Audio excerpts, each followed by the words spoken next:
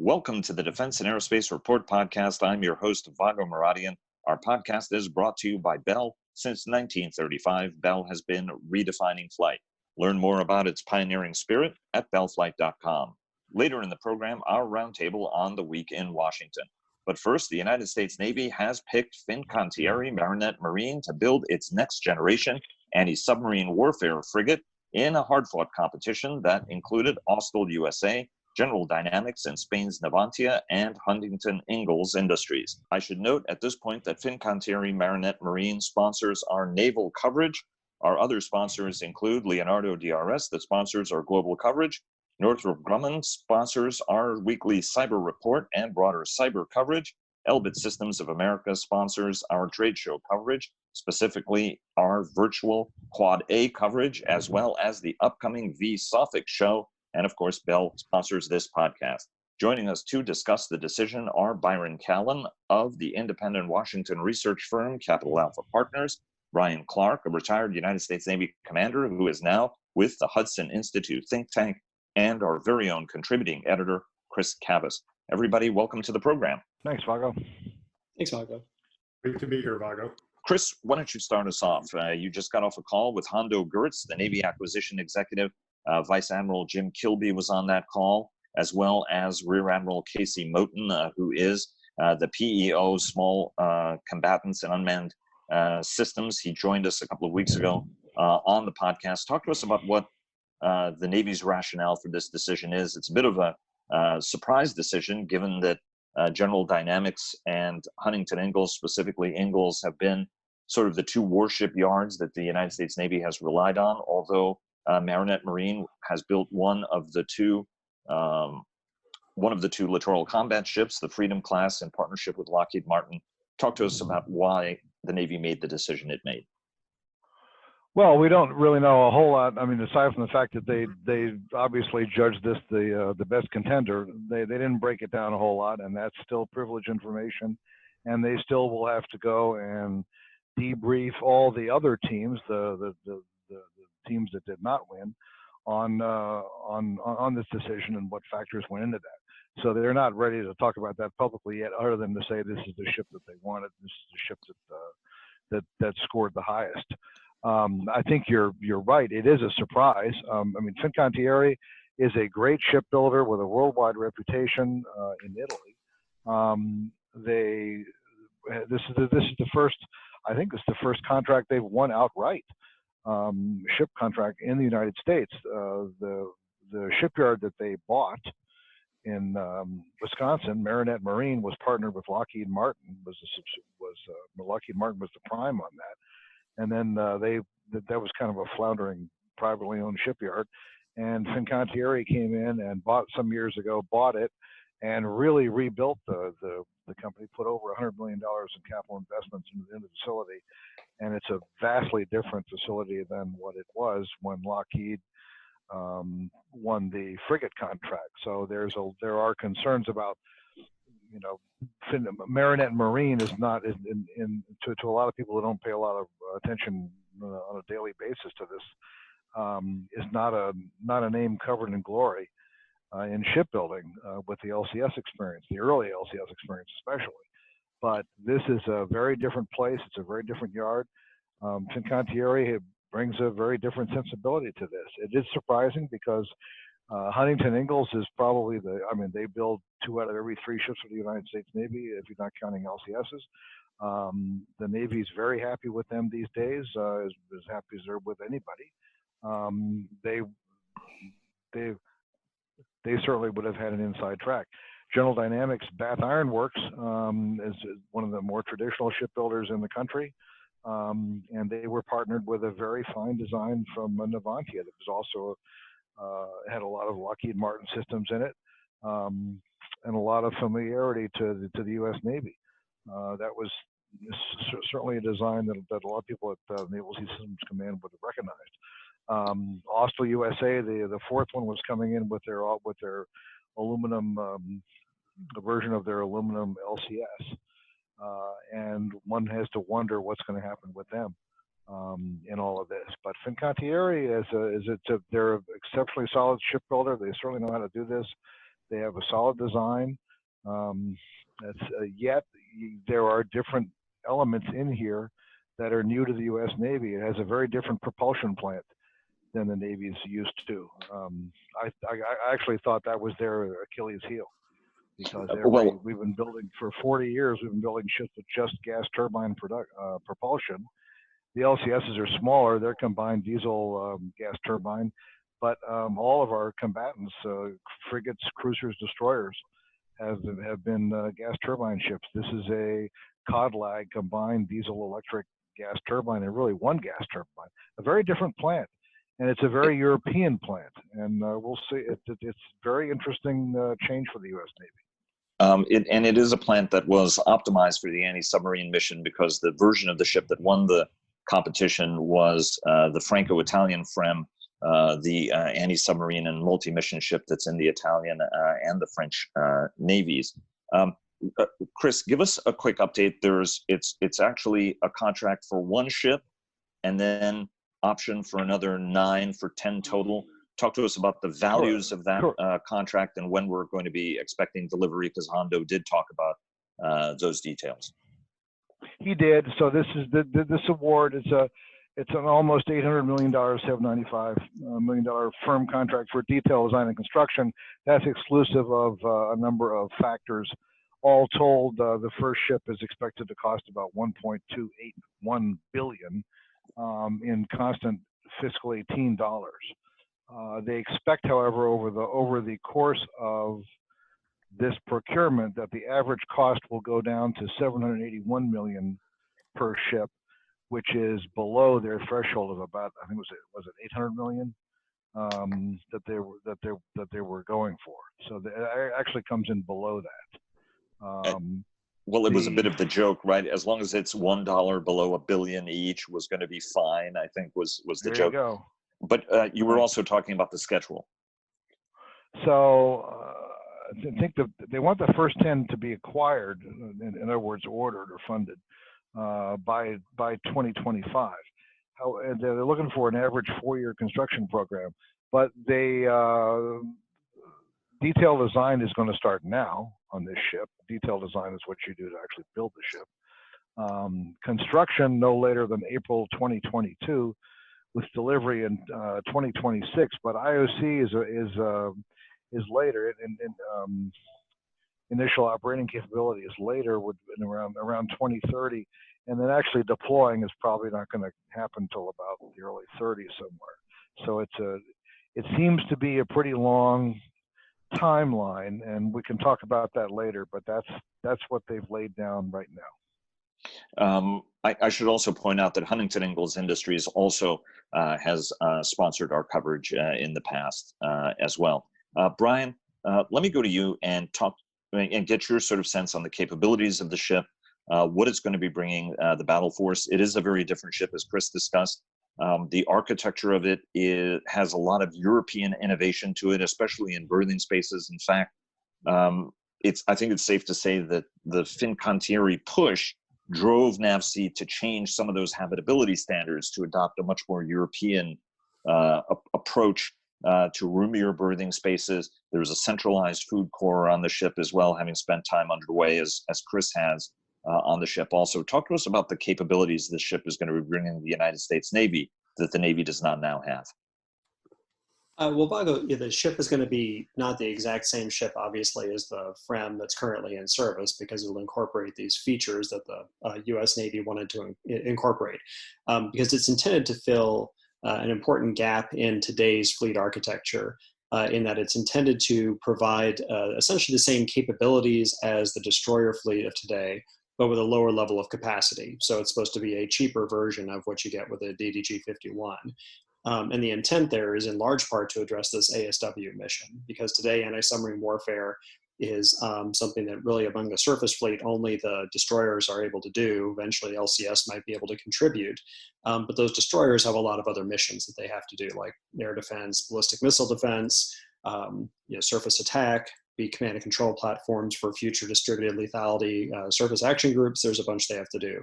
So this would allow you to have a ship that's able to focus more on the ASW mission and do so in contested environments where it's going to need the air defense capability that a destroyer might have, or in this case, the frigate would be able to bring with it, with the EASR radar and the VLS magazine to be able to launch SM-class missiles or ESSMs.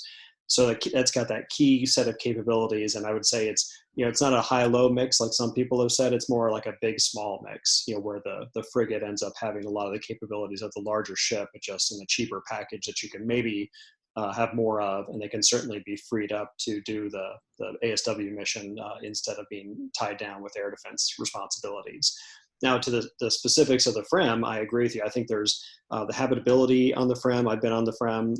It's much more attractive from the sailor's perspective, as a sailor who's sailed on some ships that don't have the greatest habitability accommodations. I think that'll be important for longer deployments. I think the propulsion architecture, as you and Chris were discussing, is absolutely essential. If you want to do the ASW mission in an efficient way, with the diesel, and also in a way that's going to be quiet and have some of the lower noise attributes that you're going to have with the FREM, because it's really optimized to be able to do that mission over a long period and at low speeds. Whereas our destroyer fleet is really not designed to operate very efficiently down at the 10 to 15 knots where you're going to want to be towing towed arrays or variable depth sonars. So I think that it's going to be an important contribution for the fleet, particularly in this ASW mission set, which right now the Navy has a big shortfall in its ASW capacity, which we see every time there's an out-of-area deployment of a Chinese or Russian modern submarine. It's little kid soccer out there trying to track that down and monitor its progress during deployment. I should say that anybody who knows you knows that you were a submariner, so you were used to a somewhat different habitability footprint during your career. That's true, yeah, and I will say the FREM has a very nice espresso setup, I noticed, and essentially a nice, like you said, it's got a food, core area where the food is handled, and they got a very large wardroom and cruise mess. So it'll be attractive from a sailor's perspective, and I think that'll be, and also from a command and control perspective, I think one thing that you haven't mentioned, but that is important about the FREM, is it's really designed to be the core ship of surface action groups of European navies. So whereas we think of the frigate as being a smaller version of the destroyer, and that it's going to be kind of a small player in a lot of surface action groups, in the European navies, it's really the centerpiece. So it has the command and control spaces and planning spaces and habitability for staffs to be embarked on the ship, which will be something that's important when you start thinking distributed lethality or distributed maritime operations, and you want to have surface action groups composed of maybe the frigate along with some unmanned surface vessels or an LCS. I think that'll be an important contribution that it can make that hasn't really been addressed that much in the coverage of the ship thus far. And very briefly, how do you think, I'm going to go to Byron in a second, but very briefly, if you can give us a sense, does the electric propulsion powered by either a gas turbine or diesel give you a quiet running advantage to something that might otherwise have hard mount, might have diesels in a direct drive or gas turbines in a direct drive context?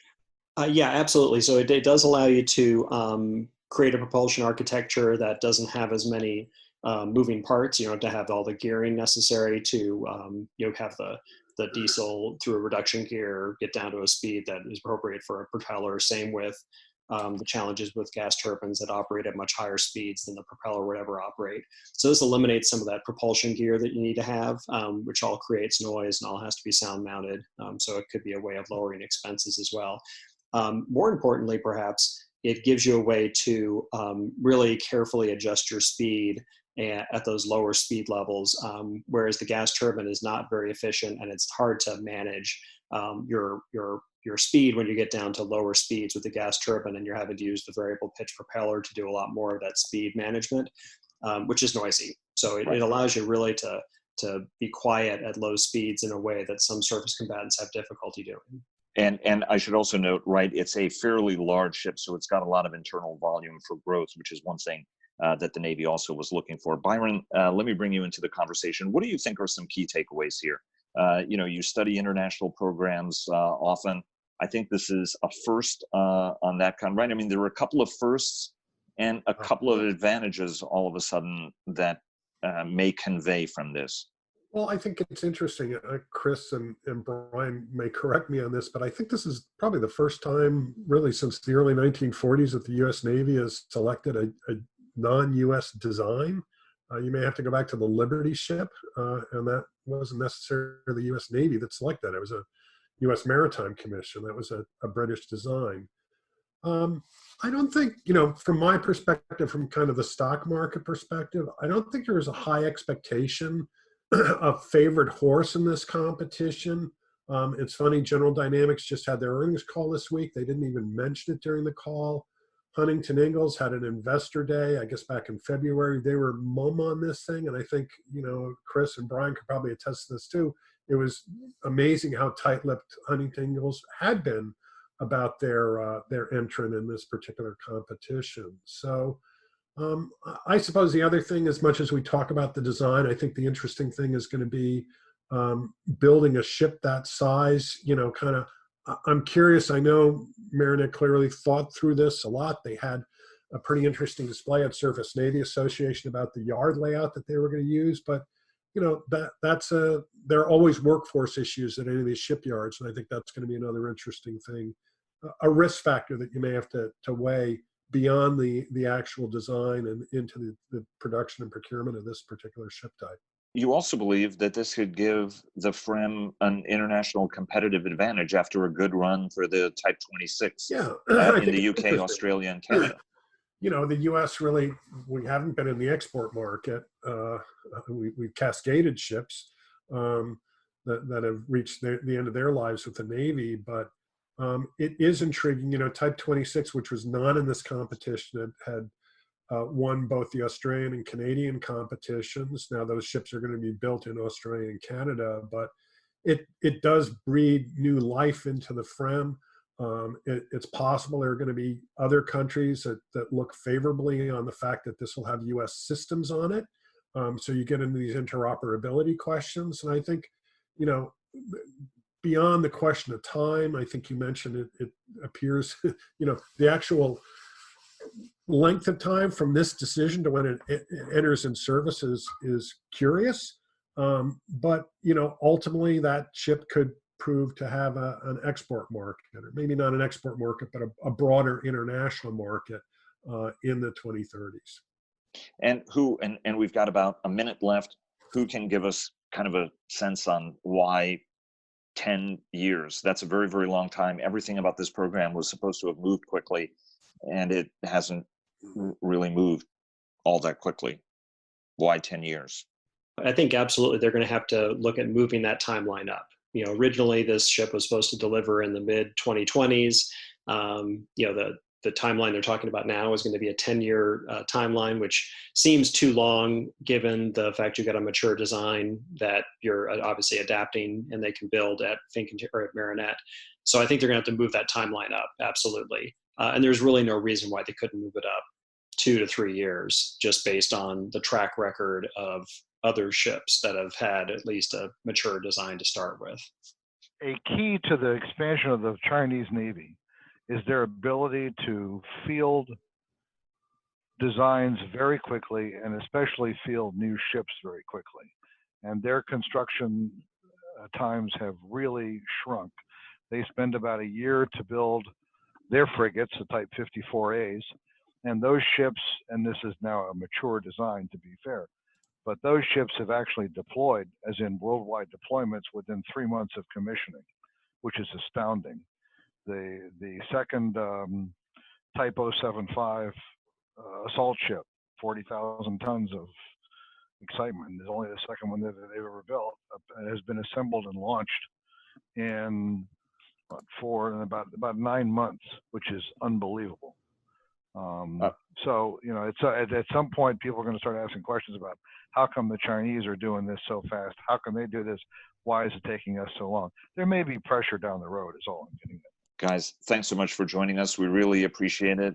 Brian, Chris, thank you. Byron, we'll see you again in the next segment. Thanks, Vago.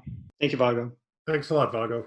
And now a word from our sponsor. The Defense and Aerospace Report is brought to you by the Bell V-280 Valor, bringing the mission technology of the future to the battlefield of today. Visit bellflight.com for more. Joining us again is Byron Callan, as well as Dr. Gordon Adams of the Quincy Institute, Andrew Hunter of the Center for Strategic and International Studies, and former Pentagon Comptroller Dr. Dov Zakheim, who is also an advisor at the Center for Strategic and International Studies. Everybody, thanks very much for joining us.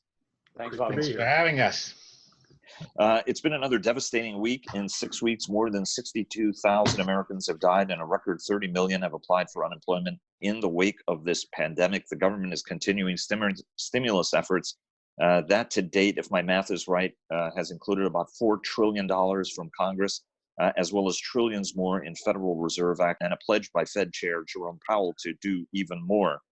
Governments around the world said they're going to trim defense spending, and we may have seen some key shifts this week in Washington, as the chairman of the House Armed Services Committee, Representative Adam Smith of Washington, has said that it might be necessary to redirect defense spending to pandemic response. So the defense game is on, and last week we talked about the message from Ellen Lord, the Undersecretary of Acquisition, or the Undersecretary for Acquisition and Sustainment, saying that the pandemic was going to delay programs and cost billions more. She gave an update to reporters today. Dov, you were Pentagon Comptroller. Where is defense spending going, and what does the Pentagon need to be doing right now to prepare? Well, I think it's going down. I think what Ellen was saying between the lines was it's going to cost us more and we're going to have less to spend.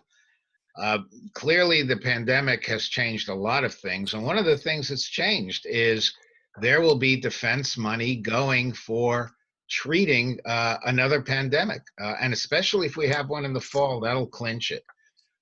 I'm not talking about hospital ships. I think the hospital ship in New York City hasn't really made much of a difference. But I am talking about ventilators and gloves and masks and those sorts of things that once you start totting up huge numbers will cost in the billions. So that's going to affect the budget.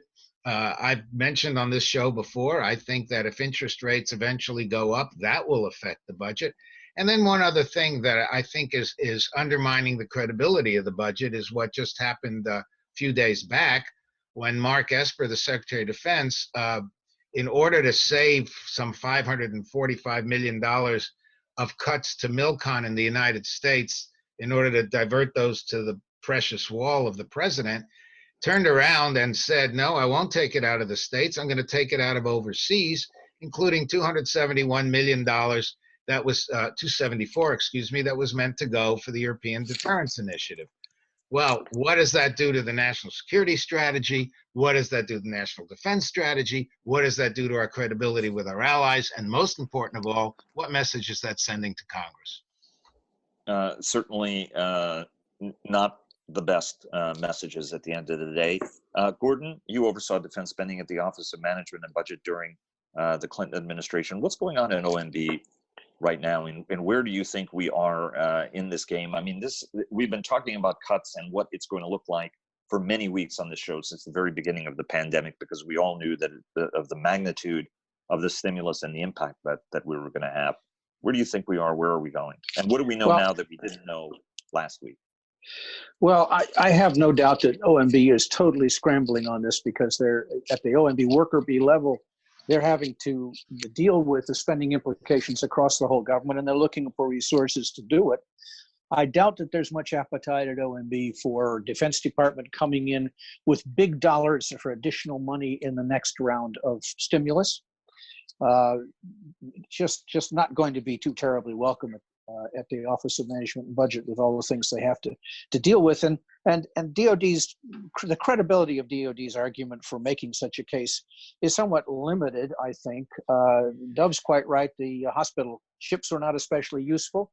It's not clear that DOD is the right place to pile on a bunch of stockpiles of medical equipment. That's Defense Health is not the primary provider. And what's interesting is that not only were those ships not terribly useful, but a lot of the DOD hospitals that were actually built in place, Washington State, New York State, are being closed down as having serviced very, very few customers. The state-level hospital system seems to have been able so far to carry the load, and DOD did not have as useful a role as they might like to argue that they had key and fundamental position is not so clear. So their case is not very strong internally.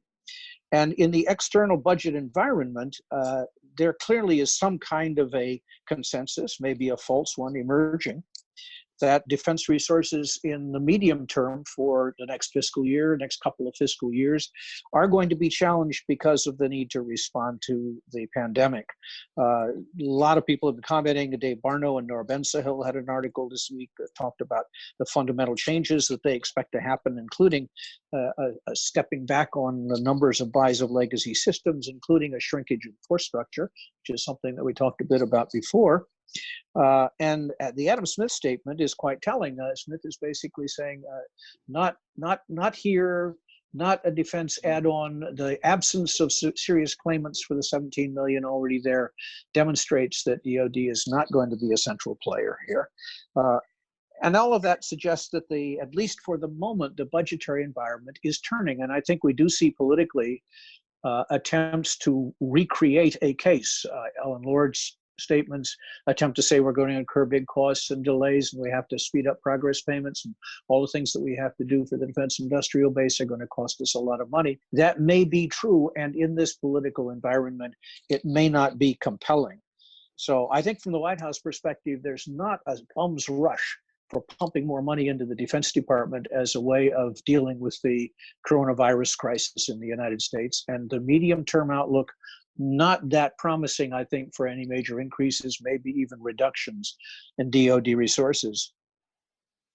I just want to put one point out that the Army medical system and the DoD medical system, but the Army medical system in particular, has been highly engaged, given some of the unique national capabilities that reside in the military medical system. So it's important to put that out. And yes, I mean, aside from guardsmen and some reservists being engaged around the country, that's been, I think, a somewhat more public face than some folks have seen from the military in this crisis. Right. Andrew, My central point, Vago, the central point is that they are not. That the DoD has not been the central player in the coronavirus response. Yeah, absolutely. You were Vago, saying, I want to clarify one thing. When I said that DoD was going to buy all this stuff, it wasn't so much because of DoD, but simply, Gordon will remember this, in the 70s, Patty Schroeder used to add money to the defense budget for cancer research. People are always adding money to the defense budget for other things. And I think Congress will find the defense budget as a vehicle for buying things that defense doesn't really need, but that the country needs. So in a way, it's just another way of cutting the defense budget. And I think that's what we were hearing from Adam Smith. Andrew, you and two of our regular guests, Todd Harrison, your colleague there at CSIS, as well as Mackenzie Eaglin of the American Enterprise Institute, had an event where you guys discussed where spending is going. Again, a topic we've been talking about eagerly here, including getting Todd's views on it and also getting your views on it some weeks ago as well. Talk to us about the event and what some of the key takeaways were from you and your team. Well, from a budget perspective, I think the issue is that defense spending, I think, is a second order consideration in the broader budget debate. Has been for a long time, at least going back to the Reagan drawdown, when it may have been a little bit more central. But after that, it's really been a second order consideration in much broader policy debates, size of government, that are driving the big budget picture. My own perspective, I've been working on Capitol Hill for a while, is that defense spending and non-defense spending tend to move in a similar direction. They're both usually either going up or going down at the same time. And you rarely see a significant, at least a different directional vector, one from the other, with a few very rare exceptions for limited periods of time. So, at the end of the day, it's a question of size of government. And that's defense is a little bit of a bit player in that. It's kind of the flip side of the coin of Secretary Gates's point in 2010 that said the defense budget isn't what's driving our deficit problem, in his view. That was his argument. So why should we pay the bill? Well, that argument didn't sell, and it didn't sell because, frankly, a lot of folks didn't care. All they cared about was that there was a budget problem, and everyone had to join in on the solution. Everything had to be on the table. So, I think ultimately the question is, what's the size of government going to be, and what's the popular will towards that? And we, have we come to an inflection point where the sort of, reduce the size of government mantra has reached a limit? And people say, as a result of COVID, actually, maybe we need a little more robustness in the federal government than we thought before. Now, they may not think that. They may say, actually, we'd prefer to see state and local take the lead on these kinds of issues, and federal doesn't need to be so big. So I think there's a lot of different ways this can go, and it's hard to tell. But one thing I know for sure, I don't think defense is going to be driving that agenda. Byron, we should have been discussing the Green Book this week. Talk to us about some of your takeaways as well, and open up a discussion on what you thought was interesting in the Green Book, given you've been writing about both for some time. Well, look, I agree with all that's been said. I think I kind of look at this more as, you've entered a period of really, to me, significant uncertainty. You kind of have to think about what some of the markers are that will provide a better vector. Which way is this going to go? I mean, I haven't heard anybody say, and I would agree with it, I don't think defense is going to be getting more money out of this. I agree with Dove's point that I think the real question is, within the budget, how will money be reallocated? We're probably going to have the capacity capability debate again on steroids. I still have questions about the national defense strategy.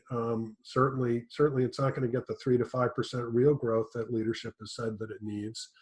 I think on the threat environment, it's going to be really interesting too to see what pops out of COVID-19 in terms of its implications for failed or failing states. And we've been in these periods before where, DOD, national security leadership kind of lines up behind one idea of what the core security threat is.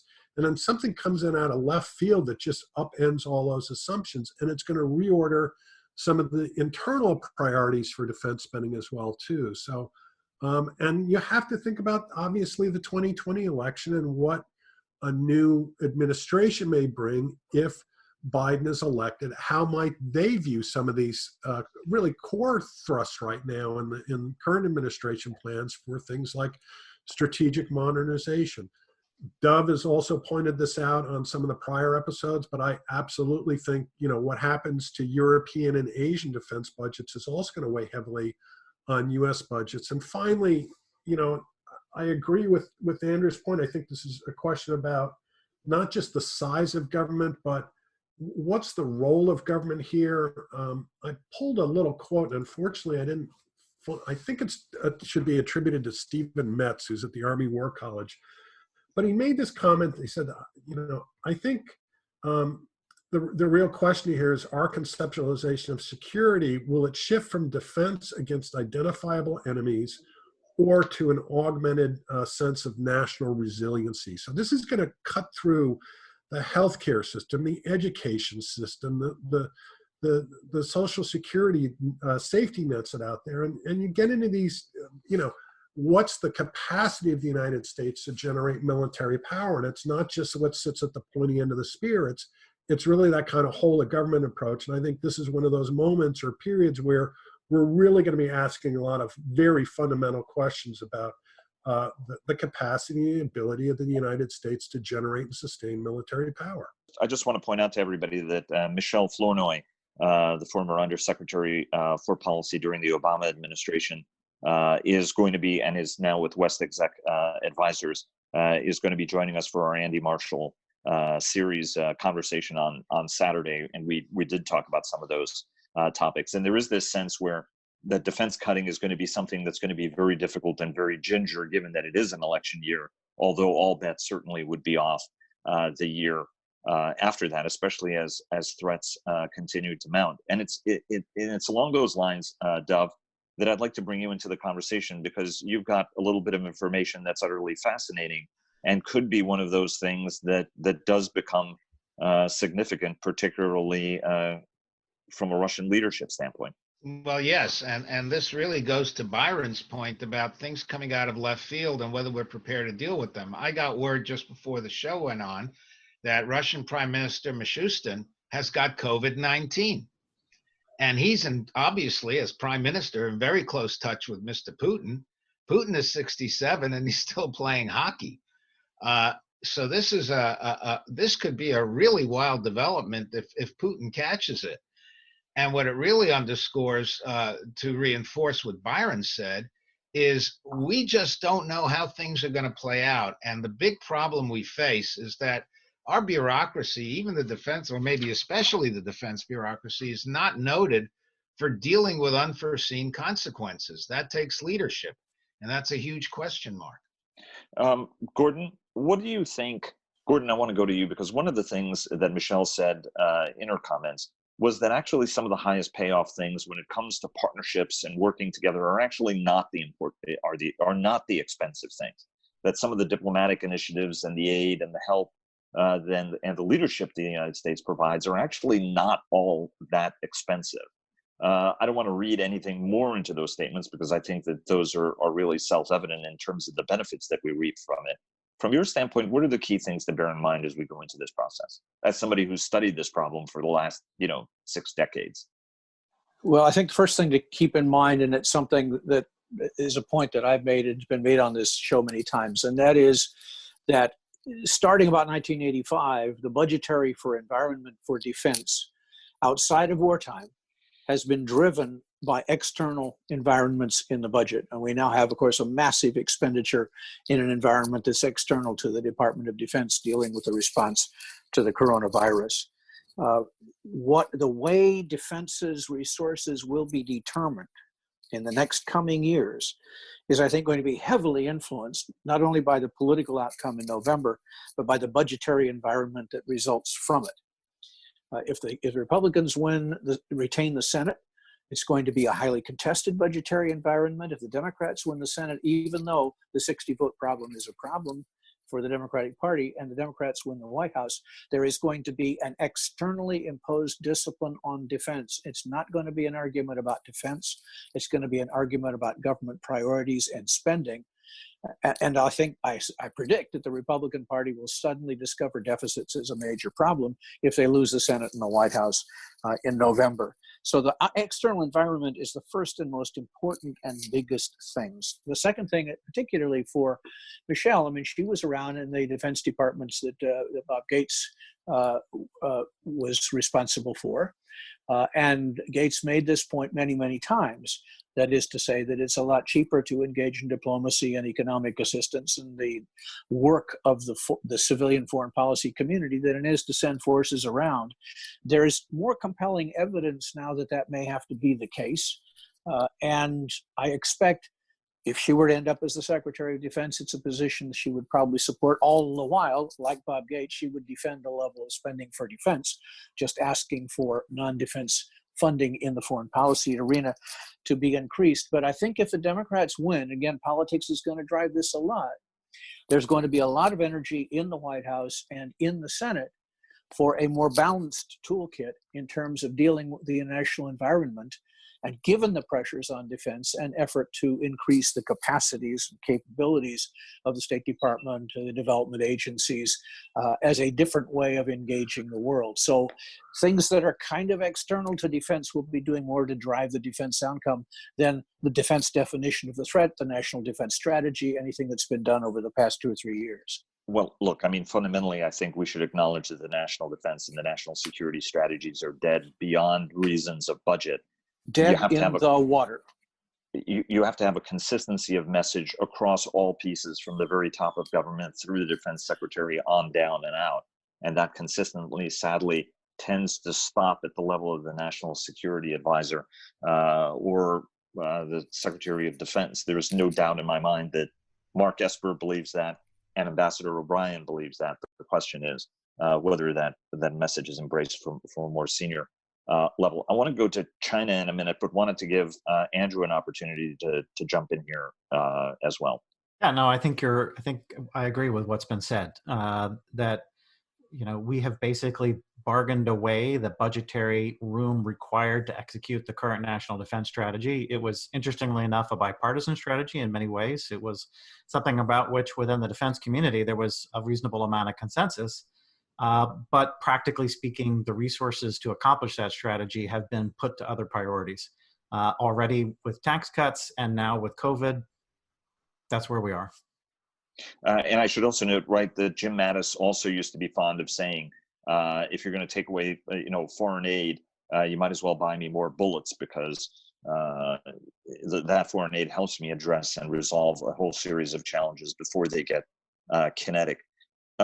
We talked a little bit about Russia and sort of a wild card on that. Byron, let's bring China in here and some of the dynamics that we're seeing. The Chinese are being very, very belligerent toward their neighbors.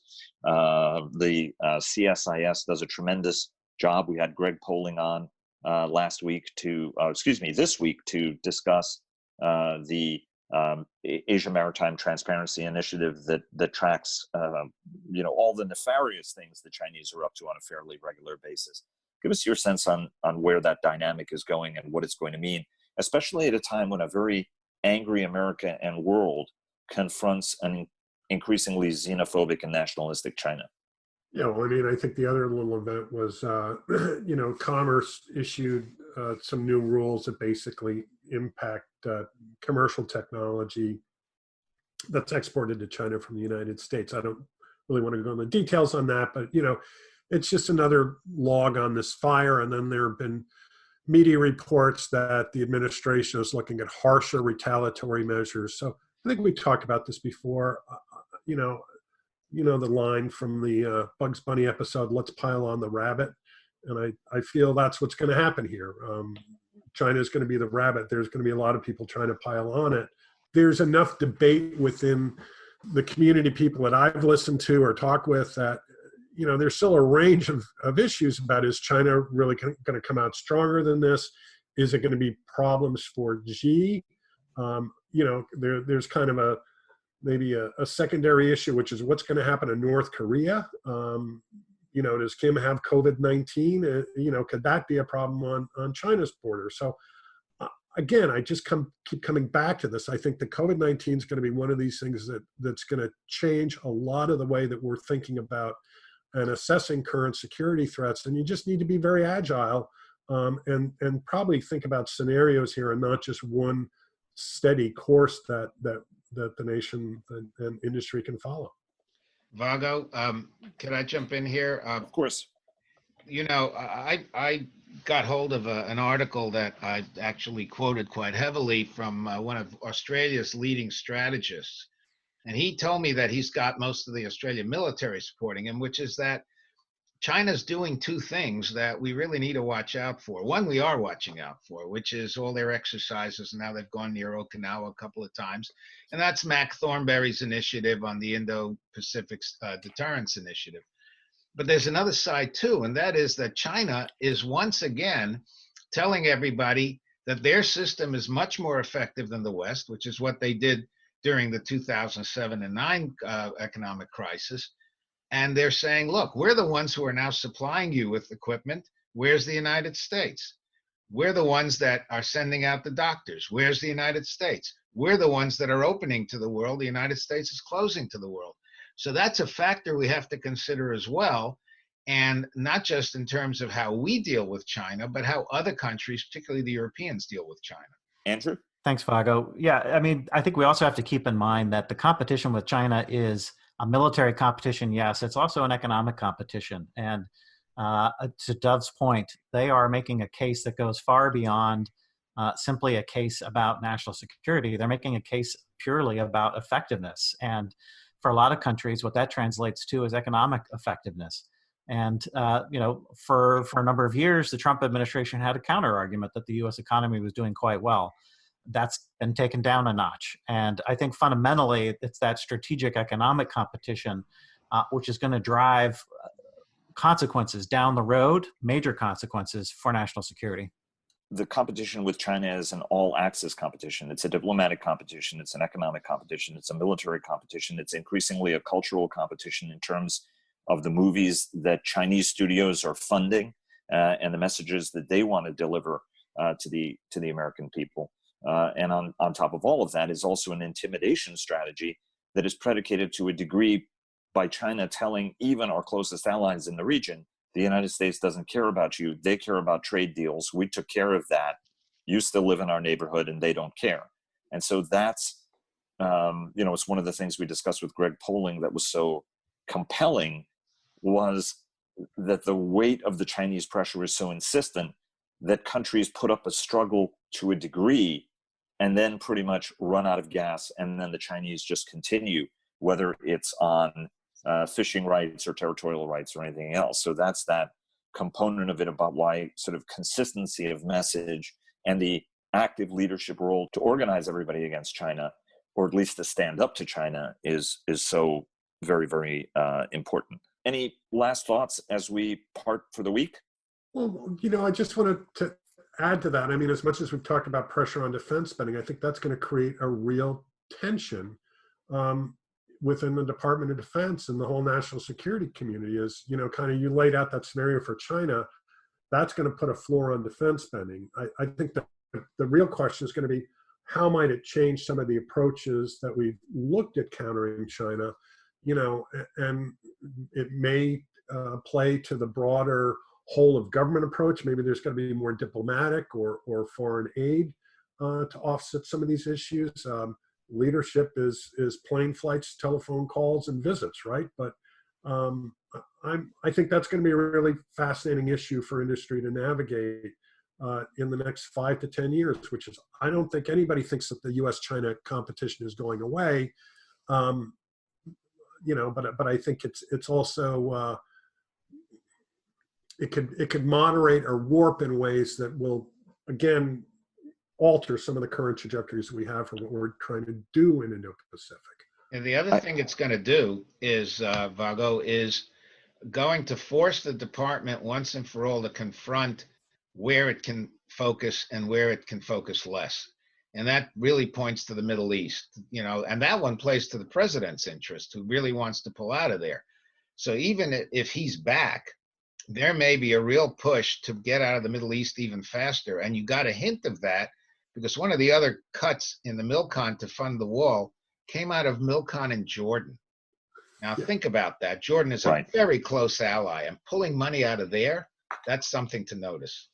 And it's even more important when King Abdullah is such a close friend of the United States, and a country that's shouldered such an enormous burden is thanking Jack Ma and China for helping him out, not thanking the United States for helping it out, because the cuts to the World Health Organization and other international bodies directly affects the Jordanians. I just wanted to make one point as Dov was making that international point about the Chinese narrative.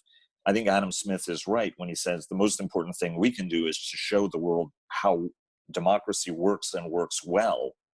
And that itself sends a deterrent counter message to everybody else in the world.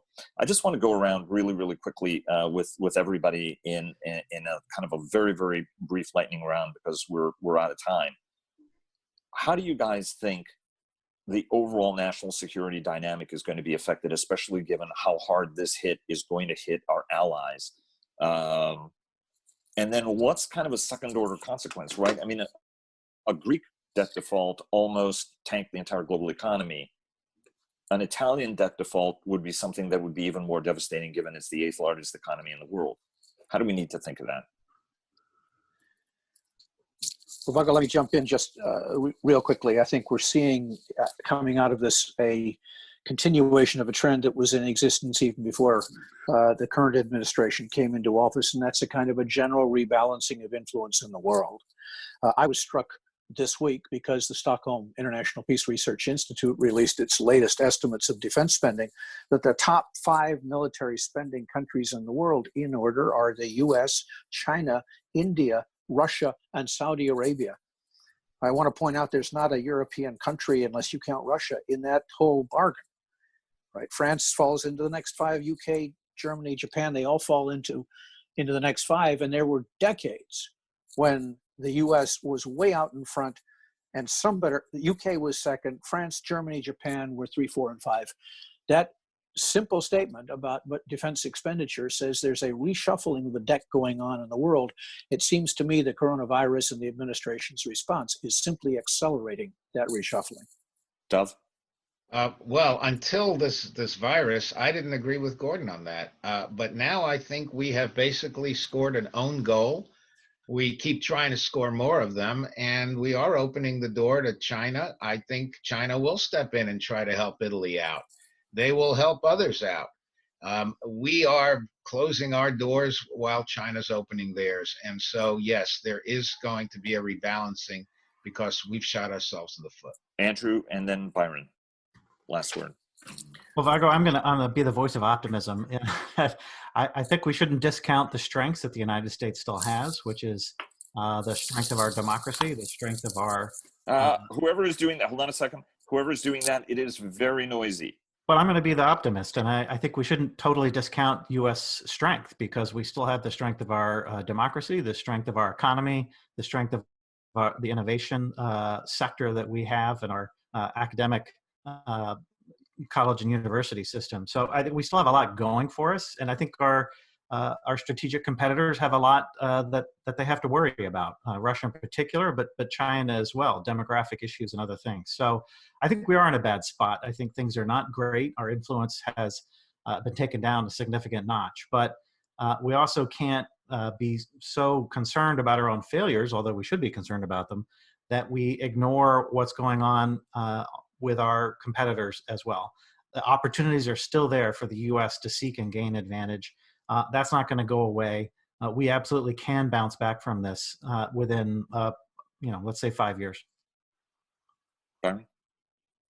I think the interesting thing for me, it's entropic, and I really wonder, with all the focus on Indo-Pacific and, with this centripetal force that we can't seem to escape in the Middle East, if we're not going to see something pop up in Latin America, I really do worry about failed and failing states. Venezuela's kind of been on a back burner. Brazil looks really intriguing here. Mexico, with you combine COVID and very ultra low oil prices, ultra low commodity prices, it's not good for a lot of these states. And I keep wondering if we're not going to see something that just fundamentally shifts our security concerns to another part of the world. Guys, thanks very much for joining us. Really appreciate it. And Byron, thanks very much for pulling double duty today. No sweat. Thank you. Thanks, Vago. And thanks for joining us. Please follow our daily interviews with top government, military, industry, and thought leaders at Defense and Aerospace Report, and subscribe to our weekly newsletter. Follow us on Twitter at DefAero Report. That's at DEFAERO Report. Like us on Facebook at Defense and Aerospace Report. And check us out on LinkedIn. Look for our weekly cyber report sponsored by Northrop Grumman. For more than 80 years, Bell has pushed past the boundaries of what's possible to drive aviation forward, going above and beyond flight, bellflight.com. Thanks again to Bell for their generous sponsorship, and we'll see you again tomorrow.